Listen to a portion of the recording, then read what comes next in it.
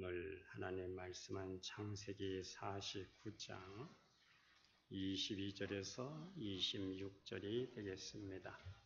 창세기 49장 22절에서 26절까지 말씀이 되겠습니다. 22절 요셉은 무성한 가지 곧 샘 곁에 무성한 가지라. 그 가지가 담을 넘었도다. 활 쏘는 자가 그를 학대하며 적개심을 가지고 그를 쏘았으나 요셉의 활은 도리어 굳세며 그의 팔은 힘이 있으니 이는 야곱의 전능자 이스라엘의 반석인 목자의 손을 힘입음이라.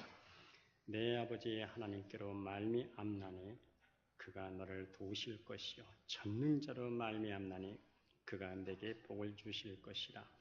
위로 하늘의 복과 아래로 깊은 샘의 복과 젖먹 있는 복과 태의 복이로다.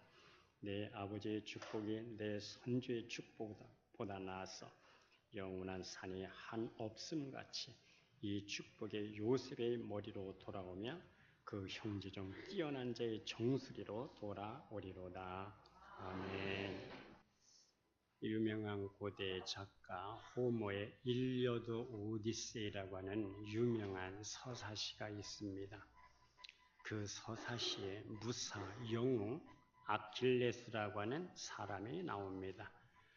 로마 신화에 의하면 그가 태어났을 당시에 이 세상과 저 세상 사이에 경계선상에 강이 하나 흐르고 있었는데 그 강의 이름이 바로 스틱스라고 하는 강입니다. 그런데 그 강물에 몸을 담그면 전쟁터에서 아무리 화살에 맞아도 몸에 상처를 입지 않는다는 전설이 있었습니다. 그래서 이 아킬레스의 부모도 그가 태어나자마자 그를 스틱스 강물에 넣었습니다. 그래서 이 강물에 집어넣을 때 발꿈치를 잡고 거꾸로 이렇게 온몸을 적셨습니다. 그래서 손으로 잡은 이 발꿈치만 물에 젖지 않았습니다. 이제 그가 자라서 트로이와 전쟁을 할 때에 전쟁 중에 트로이 왕자 파리스가 이 아킬레스의 약점을 알고 그리고 독이 묻은 화살을 쏘아서 그를 쓰러뜨립니다. 그전에는 아무리 창에 맞아도 칼에 맞아도 그의 몸은 끄떡이 없었습니다. 그를 이길 장사가 세상에 없었습니다. 그런데 트로이 왕자 파리스가 독화살을 쏘아서 그의 발꿈치를 쏩니다. 그래 독이 퍼져서 그가 마침내 죽게 됩니다. 전쟁은 그의 군대가 이겼지만은 아킬레스가 죽습니다. 그래서 많은 장점을 가지고 있지만은 결정적인 약점을 가지고 있을 때 이 약점을 아킬레스라고 합니다. 사람은 누구든지 다 아킬레스가 있습니다. 다 약점을 가지고 있습니다. 오늘 본문에 나오는 두 사람의 이름이 아버지 야곱과 아들 요셉입니다. 야곱의 아킬레스는 바로 지나친 야심이었습니다. 아주 지나친 야심가였어요. 우리가 잘 아는 대로 에서와 쌍둥이로 그가 태어납니다. 쌍둥이로 태어나 첫 번째로 태어나지 못하고 두 번째로 태어난 것이 억울해서 태어날 때 형의 발꿈치를 잡고 그리고 태어납니다. 그래서 야곱이라고 하는 뜻은 발꿈치를 잡았다. 바로 그런 뜻입니다. 이 말은 어쩌면 그의 일생을 상징하는 그림자라고 할 수가 있습니다. 끊임없이 자기의 목적과 쟁취를 위해서는 수단과 방법을 가리지 않는 사람이 됐어요. 그리고 시도하지 말아야 할 일을 시도를 했습니다. 차남으로 태어났으면 차남의 자리를 지켜야 할 텐데 형 에서의 장남의 자리를 넘보았습니다.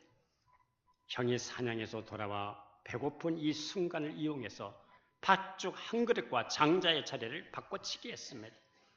아버지의 유산을 받아내는 장면에서도 형의 몫을 자기의 것으로 돌려놓기 위해서 어머니와 짜고 짐승의 털을 감고 붙이고 목소리까지 변조해서 유업의 축복을 받아냈습니다. 어머니 리브가가 아들 야곱에게 물려준 삶의 방식이 야곱의 평생의 삶의 방식이 됐습니다. 어쩌면 야곱은 우리하고 너무나 닮은 사람입니다. 그는 복을 받기 위해서 뛰고 싸우고 빼앗고 속이고 견디고 그리고 애쓰고 무더니도 눈물을 많이 흘린 사람이었어요. 도전과 쟁취의 사람이었습니다. 복이 오기를 기다리는 사람이 아니라 복을 향해 달려나가는 사람이었습니다. 자기 것으로 만족하지 못하고 남의 것을 빼앗고 좌우를 돌아보지 않는 사람이었어요. 축복이라면 수단과 방법을 가리지 않았습니다. 이러한 이유에서 야곱은 하나님께로부터 상당한 시간 하나님의 다루심을 받게 됩니다. 오랫동안 연단을 받게 됩니다. 그는 성공한 자같이 보였어요. 그러나 사건도 많았습니다. 형의 칼날을 피해서 도망가다가 베델에서 하나님을 만나게 됩니다. 그리고 신부가 뒤바뀌는 사건이 일어납니다. 세상에. 아무리 그래도 그렇죠. 신부가 뒤바뀌는 사건이 어디 있습니까? 약복강 강가에서 환도뼈가 부러지는 사건이 일어납니다. 멀쩡하게 살아있는 요셉이 죽은 줄 알고 그는 많은 세월을 눈물을 흘렸습니다. 그러다가 흉년이 들어 양식 걱정을 하게 되고 죽은 줄 알았던 요셉을 만나게 되고 요셉의 국무총리로 있는 애국으로 전 가족이 이민을 떠나게 됩니다. 그는 바로 앞에서 이렇게 말합니다. 내 나그네 인생길 130년 험악한 세월을 보내었나이다. 그 많은 세월, 이 험악한 세월을 경험하면서 그도 어느덧 황혼 인생이 됩니다. 그동안 하나님의 다루심을 받으면서 많은 변화가 있었어요. 그가 어떻게 변화되었습니까? 먼저는 영적인 사람이 됐습니다. 창세기 48장을 보면은 아버지 그의 두 손자, 야곱의 두 손자 므낫세와 에브라임을 축복하는 장면이 나옵니다. 전통대로 행한다면 오른손을 장남 므낫세 위에 얹고 그리고 차남 에브라임을 왼손을 얹어서 기도해야 됩니다. 그런데 야곱의 손을 엇바꿔서 기도를 하는 겁니다. 이걸 요셉이 보고 너무 당황해서 아버지가 눈이 좋지 않아서 실명을 해서 실수하는 줄 알고 아버지 그리하지 마옵소서. 오른손을 므낫세의 머리로 이렇게 오른손을 옮기려고 했습니다. 그때 야곱이 내 아들아 나도 안다. 내가 지금 망정이 들어서 이러는 것이 아니다. 이 의미는 하나님이 이미 내게 계시한 바가 있었다는 겁니다. 내가 비록 육신의 눈은 어둡지만 하나님의 뜻을 분별하고 기도하는 영적인 사람이 됐다는 것. 야곱의 황후는 영적인 통찰력이 있는 사람이 됐어요. 성도는 영적 안목이 열려야 영적 분별력이 생기는 것이고 영적 통찰력이 생기고 하나님의 뜻을 분별해서 그 뜻대로 살아갈 수가 있습니다. 우리는 영적 통찰력을 얻기 위해서 먼저 버리는 데 있습니다. 세상적 경향성을 내려놔야 됩니다. 버려야 됩니다. 세상적 경향성을 내려놓고 십자가에 못 박고 먼저는 포기하는 데 있습니다. 영성이 있는 사람이 되는데 가장 방해가 되는 것은 내 속에 있는 자신입니다. 자신이 뭡니까? 내 뜻, 내 방식, 세상적 이 경향성을 끌어들이는 이 처세술, 신앙생활을 테크닉으로 하려고 합니다. 우리는 이러한 세상적 경향성을 날마다 십자가에 못 박고 부활의 권능과 그 능력이 내 속에서 살아 움직이는 삶이 되어야 할 줄로 믿습니다. 이제부터는 내가 사는 것이 아니라 오직 내 안에 그리스도가 살아 계셔야 됩니다. 철저하게 성령의 사람으로 살아가야 됩니다. 우리 속에 그 많은 야곱의 기질, 이것을 우리는 처리해야 됩니다. 믿음의 사람으로 살 수 있도록 하나님께서 그 차원을 공급해 주시기를 바라고 하나님의 뜻을 아는 계시의 영을 날마다 부어주시는 우리의 믿음 생활이 될 수 있기를 축복합니다. 하나님은 우리를 하나님의 백성으로 디자인하기를 원하십니다. 하나님 나라의 모델로 세워지기까지 주님을 일하시고 계십니다. 여기 은혜의 승리가 있는 것을 믿으시기를 바랍니다.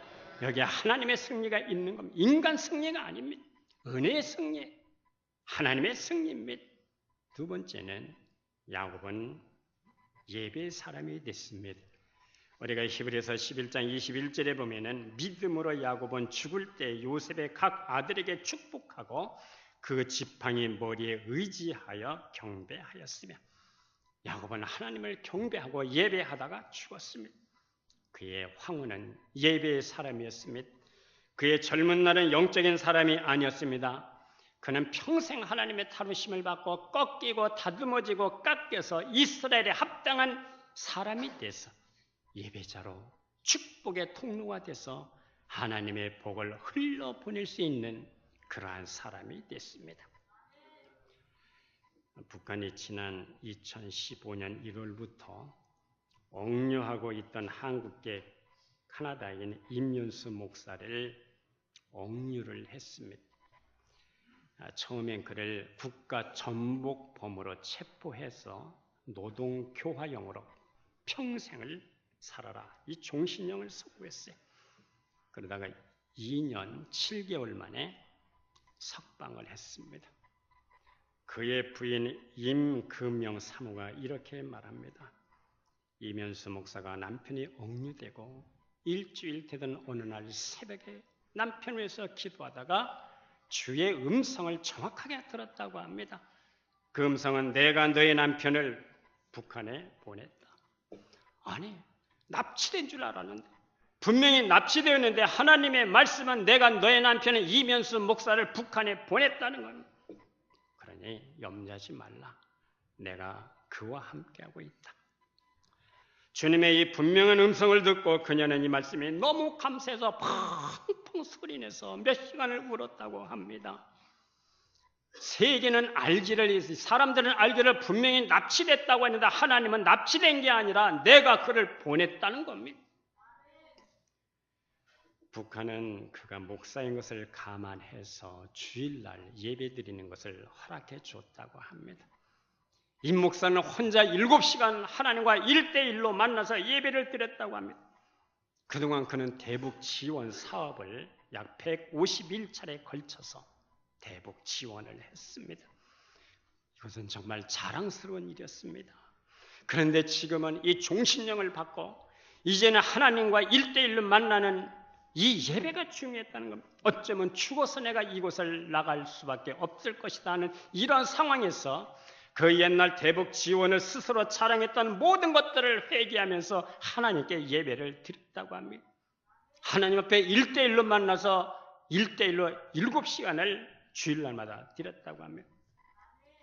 옛날에 대북 지원을 하면서 그렇게 자랑스러워했고 자랑했던 모든 것을 회개하면서 하나님 앞에 예배를 드렸다고 합니다.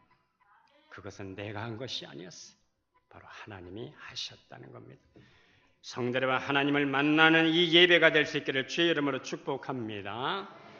하나님의 임재를 경험하는 예배가 될 수 있기를 주의 이름으로 축복합니다. 이제 세 번째, 그는 축복의 사람이 됐어요. 그가 바로를 축복하고 창세기 49장을 보면 자기의 모든 자녀들을 위해서 일일이 축복을 합니다. 이제는 복을 빼앗는 사람이 아니라 축복하는 사람이 됐어요. 오늘 이 본문에는 야곱이 요셉에 대한 유기적인 축복의 메시지를 말씀하고 있습니다. 요셉은 하나님의 기대를 이루는 열매 인생을 살아간 사람입니다. 첫째, 그 열매 인생은 무성한 가지였습니다.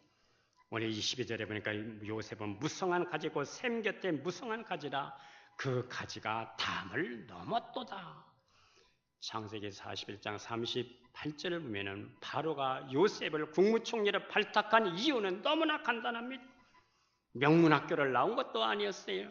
교육을 많이 받은 것도 아니었어요. 이와 같이 하나님의 영에 감동된 사람을 우리가 어찌 찾을 수 있으리요? 신약적으로 표현하면 성령이 충만한 사람을 우리가 어디 가서 찾을 수가 있겠느냐? 성령 충만은 인격의 열매로 나타나는 것입니다. 우리가 갈라디아서 5장을 보면은 성령의 9가지 열매가 나와요. 성령이면 사랑과 희락과 화평과 오래 참음과 자비와 양성과 충성과 온유와 절제, 이 열매를 완전히 갖춘 분이 바로 예수님이십니다. 우리가 성령 충만하다는 것은 예수 그리스도의 성품, 그 인격이 우리를 통해서 드러난다는 겁니다. 우리의 삶 속에서 그분의 것이 드러나고 나타나는 것이 바로 성령 충만입니다. 많은 학자들은 예수님의 그 인격을 가장 많이 닮은 사람은 바로 요셉이라고 말합니다. 요셉은 자기를 팔아먹은 형들을 용서했어. 용서할 수 있었던 이유는 하나님의 눈으로 구속사적으로 자기의 삶을 보았기 때문입니다. 하나님의 구속사적인 이것을 깨닫고 보니까 당신들이 나를 판 것이 아니야. 인간의 눈으로 보면 분명히 나는 은 30에 팔렸지만 당신이 나를 판 것이 아니고 하나님이 우리 백성을 위해서 나를 앞서 이곳에 먼저 보내주신 거야. 하나님께서 아브라함과 이삭과 야곱에게 약속하지 않았느냐. 네 자손의 씨를 하늘의 별처럼 바닷가의 모래처럼 번성하게 하시겠다고 약속하지 않았는가? 그 약속을 이루시기 위해서 나를 당신들 앞서 먼저 이곳에 애굽 땅으로 보내신 것이다. 하나님의 구원사를 보면 영적 안목이 열리면 죄인도 원수도 변하게 되는 거예요. 친구가 된다는 겁니다. 그래서 그는 화평의 사람이 될 수가 있었습니다. 또 야곱은 요셉은 오래 참는 사람이었어요. 보디발의 집에서 모함을 받으면서 참아냈고 견뎌냈습니다. 자기를 괴롭혔던 형제들에게 선뜻 양식을 내어주는 양선의 사람이었어요. 감옥 생활하면서도 충성스러운 사람이었어요. 훗날 이집트의 총리가 돼서 나라의 국정을 관리하는 사람이 됐을 때도 여전히 그는 변함없이 충성스러운 사람이었어요. 그리고 감옥에서 술 맡은 관원의 꿈을 풀어주고 부탁했던 자기와의 약속을 새카맣게 잃어버렸던 사람에 대해서도 그는 원망하지 않았어. 온유한 사람이었습니다. 또 7년 풍년이 왔을 때 곡식을 낭비하지 않고 흉년의 시대를 대비했던 절제의 사람이었습니다. 그 무성한 가지 속에 무성한 열매의 사람이었습니다. 이 열매의 사람이 될 수 있었던 이유는 24절 하반절에 나와 있어. 이는 야곱의 전능자 이스라엘의 반석인 목자의 손을 힘입음이라. 야곱의 전능자 이스라엘의 목자의 손을 힘입었기 때문에, 하나님의 은혜와 그 능력을 입었기 때문입니다. 성도 여러분, 우리의 모든 삶 속에서 이스라엘의 반석자, 내 삶의 모든 주관자신 주님의 손, 목자의 손을 힘입고 살아갈 수 있기를 주의 이름으로 축복합니다. 그러면 열리게 돼 있는 거예요. 그러면 견딜 수가 있어요. 이제 두 번째 열매의 근원은 하나님의 셈이었습니다. 22절에 보면 생곁에 무성한 가지라고 했어요. 이 셈이야말로 우리와 하나님의 관계를 설명하는 상징적인 말입니다. 천지가 다 말라도 샘 곁에 있는 나무는 마르지 않습니다. 샘 곁에 있는 시냇가에 심긴 나무는 가뭄을 몰라요. 시냇가에서 생수를 공급받기 때문입니다. 우리가 시편 1편 3절에 보면 시냇가에 심은 나무가 철을 따라 열매를 맺으며 그 잎사이가 마르지 아니한 같으니 그가 하는 모든 일이 다 형통하리다. 심은 나무는 내가 심은 게 아니고 하나님의 마른 땅에서 옮겨다가 시냇가의 샘 곁에 심어 놓았다는 겁니다. 우리 인생이 그렇게 하나님 앞에 신기어진 인생이 될 수 있기를 주의 이름으로 축복합니다. 요셉의 가슴에 늘 하나님이 계셨어요. 그가 보디발의 아내로부터 유혹을 받을 때도 내가 어찌 이 큰 악을 행하여 하나님께 죄를 지으리까? 그의 마음속에는 하나님이 계셨습니다. 또 감옥에서도 관원의 꿈을 풀어줄 때도 창세기 40장 8절에 보면 우리가 꿈을 꾸었으되 해석할 자가 없도다 했을 때 요셉은 해석은 하나님께 있지 않습니까? 하나님이 그의 마음속에 살아계셨습니다. 바로가 7년 풍년, 7년 흉년 이 꿈을 해석할 자가 없을 때도 바로의 꿈을 해석해 주면서 창세기 41장 32절에 보면은 바로가 꿈을 2번 겹쳐 꾼 것은 하나님이 이 일을 정하셨기 때문입니다. 하나님의 속히 하실 것입니다. 요셉의 가슴속에서 늘 하나님이 살아계셨어요. 하나님이 자리 잡고 계셔서 God first, 하나님 제일주의로 살았습니다. 그래서 요셉은 삶의 원천 하나님께로부터 강력한 생명과 능력을 공급받고 있었습니다. 성도 여러분, 샘손은 하나님의 은혜를 공급받고 이 땅을 견디고 이겨내고 돌파할 수 있기를 주의 이름으로 축복합니다. 이제 세 번째 열매 인생은 나누는 삶이었어. 요셉의 삶은 그 가지가 담을 넘었어. 삶이 그 가지가 담을 넘었다는 겁니다. 나 혼자 잘 살고 잘 먹는 열매가 아니라 이웃과 더불어 축복을 나누는 삶, 이것이 바로 요셉의 삶이었습니다. 창세기 39장 5절에 보면은 여호와께서 요셉을 위해서 그 애굽 사람의 집에 복을 내리심으로 여호와의 복이 그의 집과 밭에 있는 모든 소유에 미친지라. 이 말씀은 요셉 때문에 보디발의 집이 복을 받았다는 겁니다. 성도 여러분, 나 때문에 우리 선행교회가 복을 받길 바랍니다. 내 삶 속에서 하나님이 함께 계심으로 우리의 모든 관계성에서 복을 받고 누릴 수 있기를 주의 이름으로 축복합니다. 누구 때문에? 나로 인해서. 하나님이 나와 함께 하심으로 선함교회가 복을 받을 수 있기를 주의 이름으로 축복합니다. 그러한 인생이 될 수 있기를 기원합니다. 요셉이 모함을 받아서 감옥에 갇혔을 때도 창세기 39장 21절에 보면 여호와께서 요셉과 함께 하시고 그에게 인자를 더해서 간수장에게 은혜를 받게 하시더라. 23절에 보니까 여호와께서 요셉과 함께 하시더라. 여호와께서 그를 범사에 형통하게 하셨더라. 이처럼 요셉은 그의 발걸음이 닿는 모든 곳에서 축복을 나눠줄 수가 있어서 하나님이 함께 하셨기 때문입니다. 그래서 그의 인생은 담을 넘는 가지가 무성한 열매였습니다. 할렐루야. 성도 여러분, 우리 인생의 대구를 넘어서 한국을 넘어서 세계로 뻗어나가는 담을 넘는 무성한 가지 인생이 될 수 있기를 주의 이름으로 축복합니다. 지난 월요일날 목사님만 한 서너 분을 만났어. 질문이 많아 저한테. 목사님은 은퇴하신다면 필리핀 가신다면서요? 예. 그래서 소문이 참 얼마나 빠른지 참 노예가 다 알아. 예, 맞습니다. 목사님 가시지 마. 가지 말라고. 26년 목회했으면 대체 뭐야 또 거기 또 가서 또 생고생 하려고 합니까? 가시지 말고 우리하고 같이 놉시다. 나는 고생하러 가는 게 아니에요. 나는 고생한다는 생각 한 번도 해본 적이 없어요. 축복을 나누러 가는 겁니다. 받았던 은혜를 나눠주러 가는 겁니다. 할렐루야. 하나님이 함께 해주실 줄로 믿습니다. 하나님이 함께 하시겠다고 약속을 하셨기 때문에 고생이라는 생각이 안 드는 겁니다. 제가 주일학교 때 10살 때 우리 선생님으로부터 들었던 말씀이 가끔 생각이 날 때가 있어요. 지금 생각하니까 20대 초반에 아가씨 선생님이었는데 어떻게 그런 말씀을 그때 하셨을까 하는 생각을 해봐요. 20대 초반에 우리 선생님인데 한 남자가 지옥과 천국을 갔답니다. 그런데 지옥을 가보니까 이 점심 때는 식사 때는 팔을 펴고 먹어야 된다네. 이게 팔이 안 굽혀진대요. 이게 우리는 굽혀 먹잖아요. 그런데 식사 때는 이제 팔이 안 굽혀져. 이게 쭉 뻗어서 식사를 해야 된대요.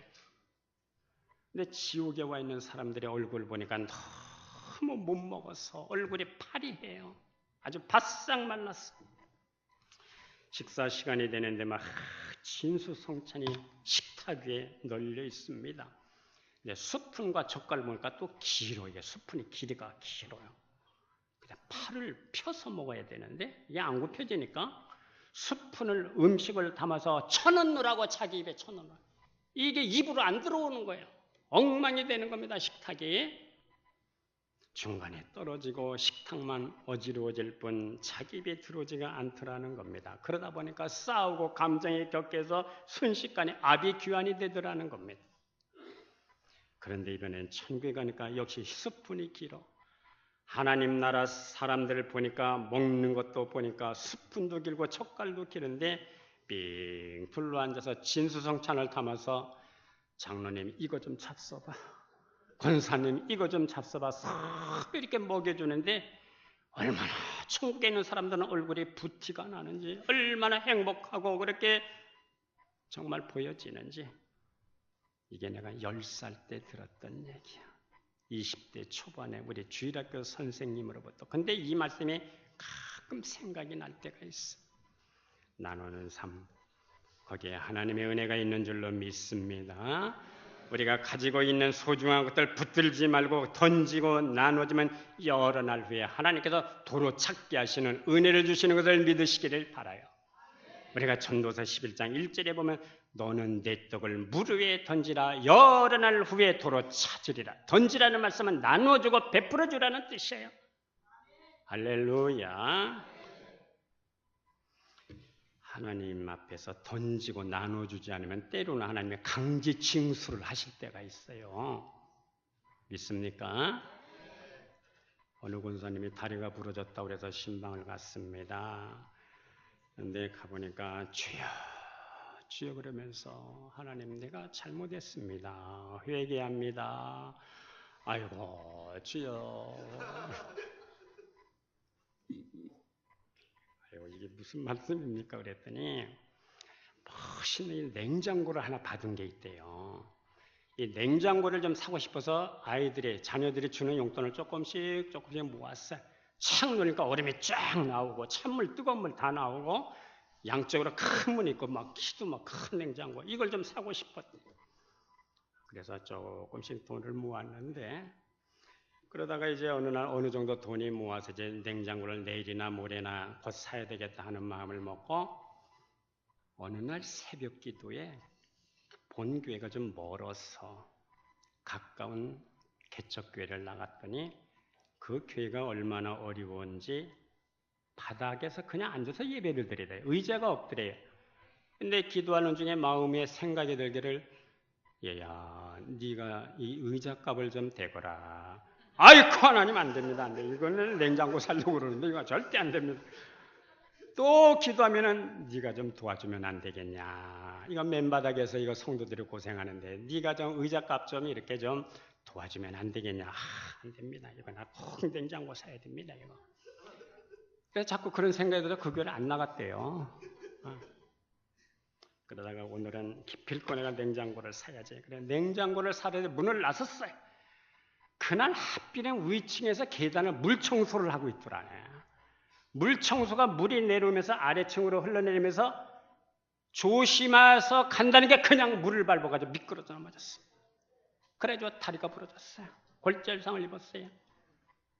그래서 병원에 입원을 하셨다는 겁니다. 주여 제가 잘못했습니다. 그게 성령의 음성인 것을 내가 무시했더니 그 냉장고 값 똑같이 다 병원비로 다 나갔어. 이게 뭡니까? 이게 하나님의 강제 징수예요. 잃어버리게 하고 손해보게 하고 병원비로 다 날아가게 하고 성령의 음성에 순종할 수 있기를 주의 이름으로 축복하고 기원합니다. 사랑을 주고 나누어 주고 베풀면 그것이 다시 부메랑이 돼서 내게 돌아오게 하시는 하나님의 은혜를 믿으시기를 바랍니다. 요셉은 담을 넘는 무성한 가치였어. 나누고 베풀고 하나님이 우리를 이렇게 복되게 하시는 것을 믿으시기를 바랍니다. 한 10여 년쯤 됐을 겁니다. 그때 제가 여름에 저기 마석, 경기도 마석에 있는 수동기도원을 한번 간 일이 있어요. 갔더니 그 기도원의 원장이 이태희라고 하는 목사님이 계셔요. 그분의 설교 중에 이런 얘기를 하시는 거예요. 어느 교회에 부흥회를 갔더니 어느 지긋한 권사님이 식사 대접을 아주 풍성하게 잘 하시더라는 거예요. 그래서 이제 참 감사하는 마음으로 좀 맛있게 먹었는데 이분이 이런 얘기를 하더라는 겁니다. 자기 남편이 사업도 잘 돼서 참 부유하게 살았고 아들, 딸 시집장가 다 보내서 이제는 손자 보고 며느리 보고 손녀 보고 이제는 뭐 바랄 게 없다는 거예요. 그런데 하나님 앞에 늘 기도하는 게 하나가 있는데 하나님 아버지 젊은 시절에 일본으로 돈 벌러 간 우리 오빠 한 번 만나고 나 죽게 해주십시오. 그게 소원이라는 거예요. 더 이상 부러울 게 없어. 그런데 오직 기도의 제목 하나는 일본으로 돈 벌러 떠난 그 오빠를 한번 만나게 해주시고 내가 세상을 떠났으면 좋겠습니다. 그래서 어느 날 기도하다가 하나님 오빠 한번 만나게 해주십시오. 그랬는데 생각이 들기를 고향 땅에 한번 그래도 가봐야지. 고향을 떠난 지가 참 오래됐는데. 그래서 경상도 어디 고향 땅을 갔대요. 시골을 가서 혹시 이 동네에 나 찾는 남자가 없더냐. 일본에 갔다가 돈 벌러 갔는데 혹시 일본에서 온 남자가 나 찾는 남자가 없더냐? 이것저것 물어봐도 그런 남자 없었다. 그래서 다시 돌아오려는데 버스를 타고 이제 기차역까지 가려고 버스장으로 오는데 시골 교회를 짓다만 그러한 교회를 짓다만 건물이 하나 눈에 띄더래. 그 옆을 지나오는데 어느 남자가 그 건물을 하염없이 바라보고 있더라는 거야. 이러면서 이러고 하염없이 바라보고 눈을 감았다가 또 하염없이 바라보았다가 이러고 있는 모습이 보이더라는 거예요. 그래서 그런가 보다 하고 이제 길을 따라오는데 마음속에서 그 교회를 짓다 말은 이유가 뭘까? 돈이 없어서 그런 것이 아닐까 하는 생각이 들어서 내가 좀 헌금이라도 좀 얼마 약속이나 하고 가야 되겠다 해서 다시 돌아갔더니 역시 그 남자가 하염없이 이러면서 교회를 짓다만 예배당을 바라보고 있더라는 겁니다. 그렇게 큰 교회가 아니더래요. 그래서 말을 붙여봤더니 왜 이렇게 짓다 말았습니까? 그저 공사비가 없어서요. 이 교회 다니는 집사님이십니까? 아니에요. 나는 이 교회 목사입니다. 목사인데 교회를 짓다가 그만 교회를 못 쳐서 내가 지금 이 교회를 하나님이여 이 교회를 지을 수 있는 누군가를 좀 만나게 해주십시오. 이렇게 내가 기도하고 있습니다. 아 그래요? 어느 정도 이 공사를 완성하려면 어느 정도 돈이 필요하겠습니까? 대충 이 정도는 필요하겠습니다. 그걸 내가 헌금을 할게요. 그랬더니 목사님의 얼굴에 환하게 밝으면 막 축복 기도를 막 얼마나 그 자리에서 바가지 해주는지. 그리고 이제 얼마간 시간이 지체가 돼서 다시 기차를 타기 위해서 버스를 타기 위해서 나오는데 저쪽에서 어떤 남자가 걸어오더라는 겁니다. 자기도 이제 걸어서 지나쳤어. 둘이 이렇게 지나쳤는데 가면서 느낌이 이상해서 뒤를 돌아보니까 그 남자도 뒤를 돌아보고 자기를 보고 있더라는 거예요. 가까이서 보니까 어디서 많이 본 낯익은 얼굴이야. 너 영숙이 아니냐? 나 영숙이에요. 당신은 나 네 오빠다. 거기서 만났다는 거야.